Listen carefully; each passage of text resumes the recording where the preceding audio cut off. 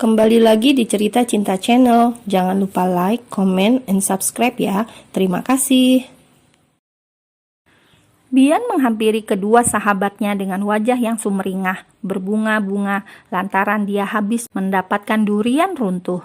Seger amat tuh muka, kata Andre yang melihat wajah Bian secerah mentari. Gue lagi happy aja, kata Bian masih dengan senyum mengembang di wajahnya. Kenapa? Tanya Dion penasaran. Lu udah gak sariawan lagi, Yon? Kata Bian terkekeh karena beberapa hari merasa dicuekin oleh Dion. Dion hanya berdecak menanggapi pertanyaan Bian. Ada apa sih emangnya? Tanya Andre, juga ikut penasaran. Pembantu lo udah balik ke rumah lo? Tanyanya lagi. Lebih dari itu, kata Bian semangat. Apaan? Jangan bikin makin penasaran kenapa sih? Tanya Andre kesal. Gue udah jadian sama Lira, kata Bian bahagia. Wah, bakal jadi calon korban berikutnya dong, kata Andre. Sembarangan aja kalau ngomong. Lo lupa, sejak gue kenal sama kakak ipar gue mana pernah mainin cewek lagi. Dan sekarang Lira gue pastiin dia bakal jadi istri gue, kata Bian tersenyum. Gue dukung lo berubah jadi lebih baik lagi, Bi. Tapi jangan lagi lo deket-deket sama perempuan lain selain cewek lo itu, kata Dion bijak. Oh, udah pasti dong. Ngapain gue deket-deket sama cewek lain kalau cewek gue sendiri udah sesempurna bidadari, kata Bian menerawang jauh melamun ke masa depan. Syukur deh. Nah, sekarang mending lo traktir kita semua sebagai PJJ hari jadian lo, kata Dion juga semangat. Senang karena Bian telah memiliki kekasih yang bernama Lira tanpa dia tahu bahwa Lira adalah... Oh, gampang. Kalian boleh makan sepuasnya hari ini dan gue yang traktir, kata Bian. Mumpung kartu Bank Arya masih gue pegang, batin Bian terkekeh dalam hati. Aurel, panggil Ariel dengan wajah cerianya. Saat ini Ariel tengah janji temu dengan Aurel di sebuah kafe yang tak jauh dari apartemen Aurel. Ariel sengaja mengajak ketemu di dekat apartemen Aurel agar dia tak kelelahan. Lu kayaknya lagi happy banget, kata Aurel yang baru saja mendudukkan dirinya di kursi depan Ariel. Gua udah jadian sama Fabian, kata Ariel menggenggam tangan Aurel dengan erat. Iyakah? Tanya Aurel memastikan dan dibalas anggukan oleh Ariel. Wah, gue ikut senang, Ril, kata Aurel tersenyum senang. Gue harap hubungan lo sama dia langgeng sampai pernikahan, ucap Aurel tulus. Amin, kata Ariel senang. Oh ya, gimana hubungan lo sama Raffi? Tanya Ariel serius. Dek, jantung Aurel berdetak begitu kencang.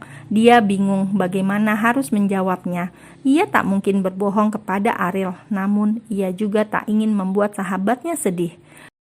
Aurel kembali tersenyum dan menarik nafasnya dalam. Kami baik kok, katanya sambil tersenyum. Lu gak bohong kan? Tanya Ariel menyelidik karena ia tahu ekspresi Aurel seperti apa saat ia bohong atau tidak. Enggak, Ril, gue serius, hubungan kami baik. Ya, meskipun gak kayak pasangan-pasangan lain, tapi setidaknya dia gak kasar kok sama gue, kata Aurel berbohong. Terus kenapa lo pakai masker begitu? Tanya Ariel yang memang sedari tadi ingin menanyakan mengapa Aurel memakai masker padahal di kafe ini tidak ada debu. Hais, lo lama-lama kayak polisi ya, Ariel, ucap Aurel terkekeh guna menutupi kegugupannya. Arielku sayang, lo kan tahu gue lagi hamil muda dan ini tuh lagi dalam fase ngidam. Gue suka mual tiap nyium bau kurang enak. Dan ini contohnya, gue gak suka bau pengharum ruangan di sini.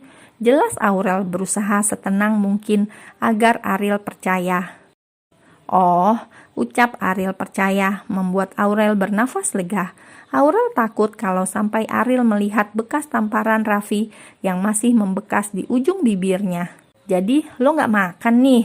Tanya Ariel sedih. Padahal gue pengen traktir lo makan siang. Gue pengen, tapi gue mual banget.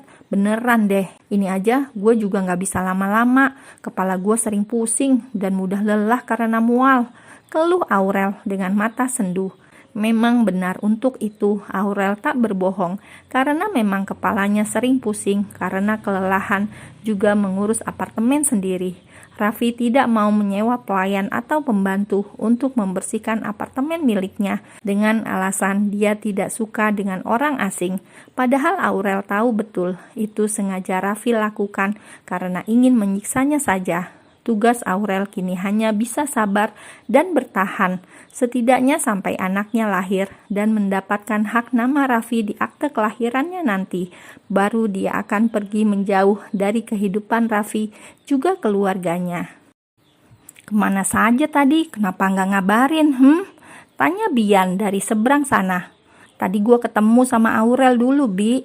Sejak dia nikah, gue baru ketemu tadi. Jawab Lira sambil memoleskan hand and body ke kakinya.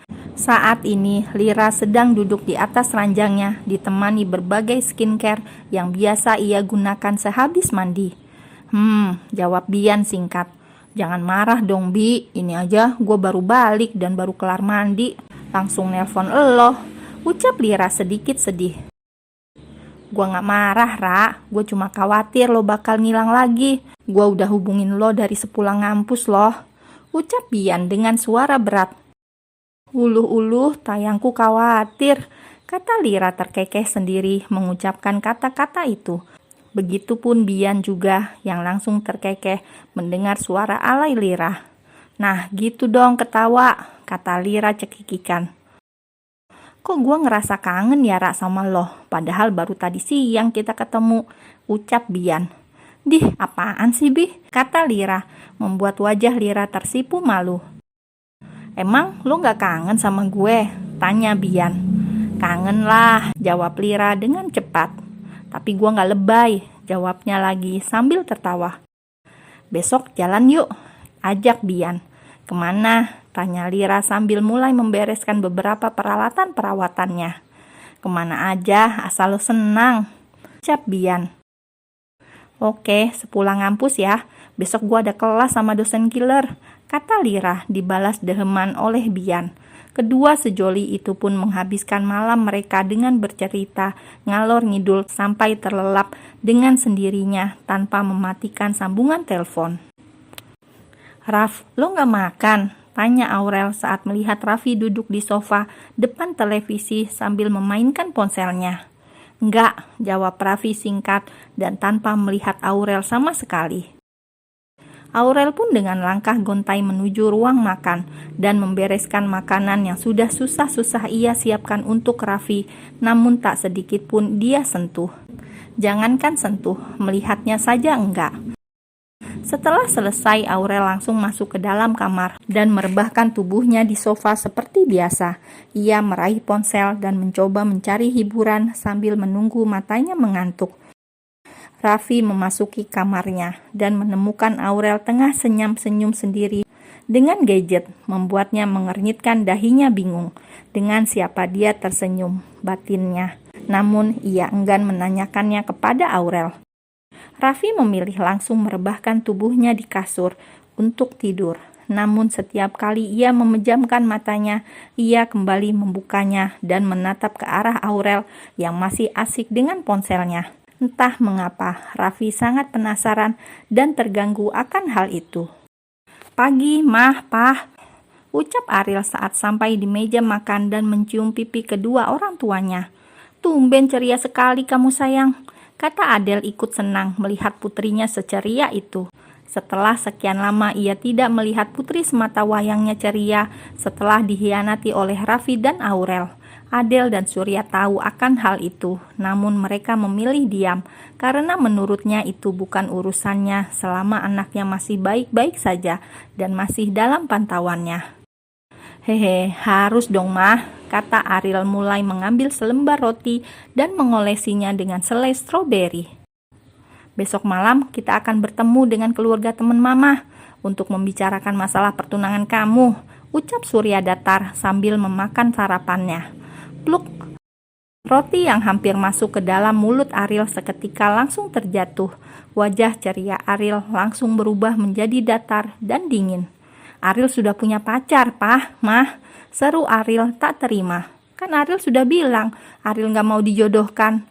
Ucapnya lagi. Mau tidak mau, suka tidak suka, kamu harus, tegas Surya. Cih, pacar yang sudah menghamili kamu itu, cibir Surya, membuat darah Lira mendidih seketika. Ariel masih perawan, Pak, dan Ariel tidak pernah keguguran. Terserah Papa mau percaya atau enggak. Yang jelas, Ariel tidak akan mau dijodohkan dengan anak teman Mama itu, kata Ariel tegas, lalu pergi meninggalkan meja makan dengan raut wajah kesal. Kamu lihat anak kamu, ucap Surya tersenyum miring. Dia persis seperti kamu, ucap Adele juga tersenyum. Kenapa aku? Tanya Surya tak terima. Memangnya dulu siapa yang menolak keras perjodohan kita? Tapi ujungnya apa?